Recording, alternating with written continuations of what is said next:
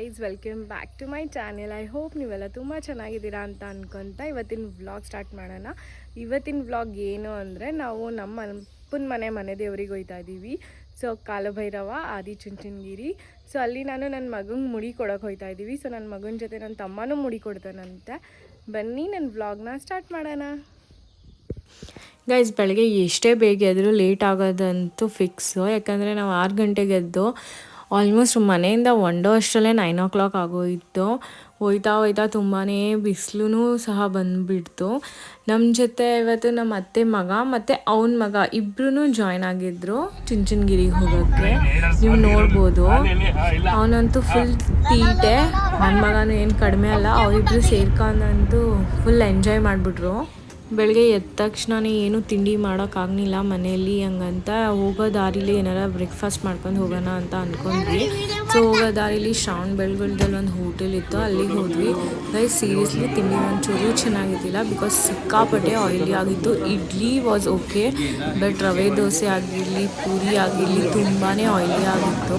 ತಿಂಡಿ ಎಲ್ಲ ತಿಂದು ಹೋಗೋ ಅಷ್ಟರಲ್ಲಿ ಚುಂಚನಗಿರಿಗೆ ಆಲ್ಮೋಸ್ಟ್ 11-11:30 ಆಗೇ ಹೋಗಿತ್ತು.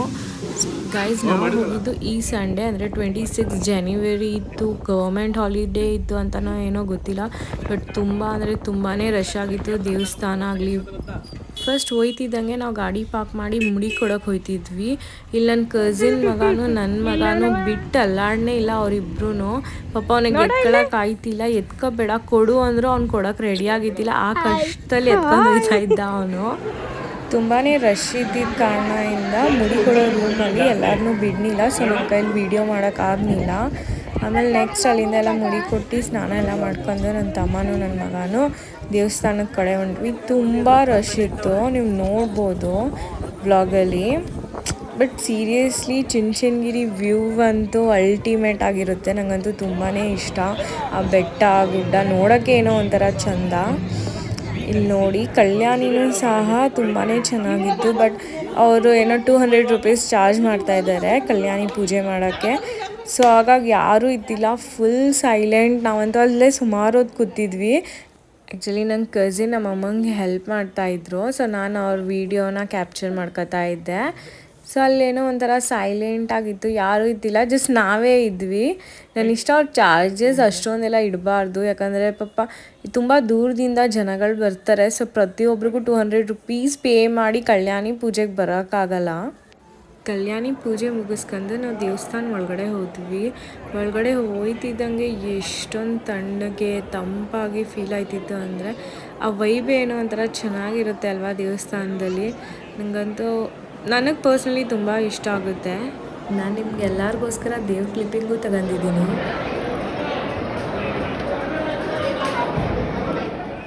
ಗೈಸ್, ಬಂದಿರೋ ಜನ ಎಲ್ಲ ಮೆಟ್ಲ ಹತ್ರನೇ ಪೂಜೆ ಮಾಡ್ತಿದ್ರು. ನನಗೇನು ಅನಿಸುತ್ತೆ ಅಂದರೆ, ಪ್ರತಿಯೊಂದಕ್ಕೂ ಅವರು ಚಾರ್ಜಸ್ ಇದೆ.